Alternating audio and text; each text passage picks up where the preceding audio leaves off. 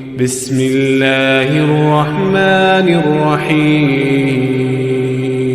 السلام علیکم ورحمۃ اللہ۔ نحمدہ ونصلی ونسلم علی رسولہ الکریم، اما بعد فاعوذ باللہ من الشیطان الرجیم، بسم اللہ الرحمن الرحیم۔ وفی انفسکم افلا تبصرون، وقال اللہ تعالی ان فی خلق السماوات والارض واختلاف اللیل والنہار لآیات لأولی الالباب۔ صدق اللہ مولانا العظیم وصدق رسولہ النبی الکریم الامین، ونحن علی ذالک من الشاہدین والشاکرین والحمد للہ رب العالمین۔ درود پاک پڑھیے۔ الصلاۃ والسلام علیک یا رسول اللہ وعلی آلک واصحابک وسلم یا حبیب اللہ۔ الصلاۃ والسلام علیک یا رسول اللہ وعلی آلک واصحابک وسلم یا نبی اللہ۔ واجب الاحترام سامعین و حاضرین، اللہ کے فضل اور توفیق سے پچھلے جمعۃ المبارک سے جو ہم نے موضوع شروع کیا ہے، یہ آج بھی اسی حوالے سے گفتگو ہے، اور اگلے کئی جمعے شاید اسی موضوع کے تناظر میں آپ کی خدمت میں کچھ باتیں عرض کروں گا۔ پچھلے جمعے آپ نے ایک نقطہ جو آپ نے سماعت فرمایا وہ یہ ہے کہ یعنی اللہ تعالیٰ نے ہمیں جو بار بار فرمایا کہ اپنے آپ پر غور کرو تمہیں میں سمجھ آ جاؤں گا، اور یہ فرمایا کہ کائنات پر غور کرو میں تمہیں سمجھ آ جاؤں گا۔ تو پچھلے جمعے میں نے یہ بات کی تھی کہ اس کائنات پر غور کرنے کے بعد ہمیں ایک بات تو سمجھ آتی ہے کہ اللہ نے اس کائنات کے اندر کوئی بھی چیز بلا مقصد پیدا نہیں فرمائی، ہر چیز کا کوئی نہ کوئی مقصد ہے۔ تو ظاہر ہے کہ انسان کی پیدائش کا بھی کوئی مقصد ہوگا، اور بحیثیت انسان ہم سے یہ توقع ہے کہ ہم شعوری طور پر اس مقصد کو سمجھیں، مقصد کا تعین کریں، اس کے لیے اسباب اور ذرائع اس کی تکمیل کے لیے ان کو بروئے کار لائیں۔ تو پچھلا جمعہ اسی ایک نقطے پر تھا کہ با مقصد زندگی ہی اصل میں انسان کی زندگی ہے۔ اگر بلا مقصد انسان زندگی گزارے چلے جا رہا ہے تو اس میں اور حیوان میں کوئی فرق نہیں ہے، کہ حیوان اور باقی ساری چیزیں تو انسان کے لیے پیدا کی گئی ہیں، ان کا مقصد تو اللہ کے ہاں متعین ہے، لیکن انسان کو شعوری طور پر اپنی زندگی کے مقصد کو سمجھنا ہے، اور وہ اللہ نے مقصد بتا بھی دیا۔ خیر پچھلے جمعے میں نے اس موضوع پر بات کی تھی۔ آج اسی عنوان کا ایک اور پہلو کہ جس طرح کائنات پر غور کرنے سے یہ بات ہمیں سمجھ آتی ہے کہ ہر چیز کا ایک مقصد ہے، تو آج دوسرا نقطہ ہم نے یہ سمجھنا ہے کہ اس کائنات کی ہر چیز، ہماری حس اور مشاہدہ کی گرفت میں آنے والی ہر چیز، اس میں اللہ رب العزت نے ہمارے لیے کوئی نہ کوئی سبق رکھا ہے۔ اب اس سبق کو اگر ہم غور و فکر کریں، تدبر سے کام لیں، تو اس سبق کو سیکھ کر ہم اپنی زندگی کے راز کو، حقیقت کو سمجھ سکتے ہیں۔ اللہ تعالیٰ نے یہ جو فرمایا کہ وفی انفسکم افلا تبصرون، اپنے آپ پر غور کرو، اپنے من میں ڈوب کر پا جا سراغ زندگی۔ اور ہمیں جو حکم ہے کہ ان فی خلق السماوات والارض، کہ زمین و آسمان کی پیدائش میں، دن اور رات کے عدل بدل میں، اے عقل والو تمہارے لیے بڑی نشانیاں ہیں۔ تو اللہ نے اس کائنات کے اندر جو کچھ بھی رکھا ہے، ایک نقطہ آپ نے یہ سمجھا کہ وہ با مقصد ہے۔ آج ہم دوسرا نقطہ یہ سمجھیں گے کہ اس میں کوئی نہ کوئی ہمارے لیے سبق ہے۔ آپ سورہ النحل پڑھیں، اللہ رب العزت نے شہد کی مکھی کے بارے میں فرمایا کہ وَأَوْحَى رَبُّكَ إِلَى النَّحْلِ، اور تیرے رب نے شہد کی مکھی کی طرف وحی کی۔ یہ وحی وہ والی نہیں ہے جو اللہ پیغمبروں پر کرتا ہے، مطلب اس مکھی کے دل کے اندر یہ بات ڈال دی